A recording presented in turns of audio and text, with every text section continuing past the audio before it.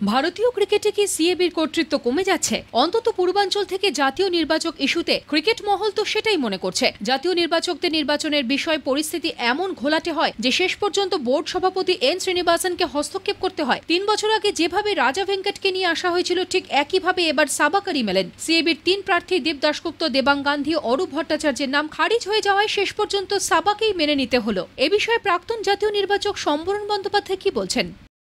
এবছর selection committee নিয়ে এতটাই কৌতূহল বা নাড়াচাড়া হয়েছে বোধ আগে কোনোদিন আমি শুনিনি। এত একজন দুজনের নাম থাকতো তারপরে ডিবেট। তবে এবার একটা জিনিস আমরা বুঝতে পারছিলাম যে অন্যান্য স্টেট ঝাড়খণ্ড, ত্রিপুরা বা উড়িষ্যা বা আসাম এর একটা একাট্টা ছিল বোধ হয় ওদের ক্যান্ডিডেট নিয়ে।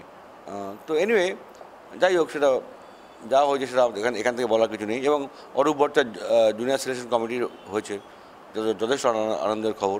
অবশ্য কোষাধ্যক্ষ বিশ্বরূপদের মতে সাবা নির্বাচক হওয়ায় তাদের 100% প্রত্যাশা পূরণ না হলেও কিছুটা প্রত্যাশা পূরণ হয়েছে। কারণ সাবা যে একটা সময় বাংলার হয়ে প্রতিনিধিত্ব করেছেন, পাশাপাশি নির্বাচক কমিটির চেয়ারম্যান হিসেবে সন্দীপ পাতিল ও বাংলার প্রাক্তন কোচ রজার বিনি এই প্যানেলে আসায় বাংলার পক্ষে শুভ সংকেত বলে মনে করেন বিশ্বরূপদে। বোর্ড প্রেসিডেন্ট সাবা করিমের নাম যখন টেবিল করে তখন এটা মনে রাখতে হবে সাবা করিম কিন্তু বাংলার খেলোয়াড়, বাংলার অধিনায়ক, বাংলা থেকেই টেস্ট খেলেছে। তো আমার মনে হয় যে 5 জন সিলেক্টরের 3 জন যেখানে বাংলার হয়ে কথা বলবেন, আমার মনে হয় বাংলার খেলোয়াড়দের সুবিধেই হবে।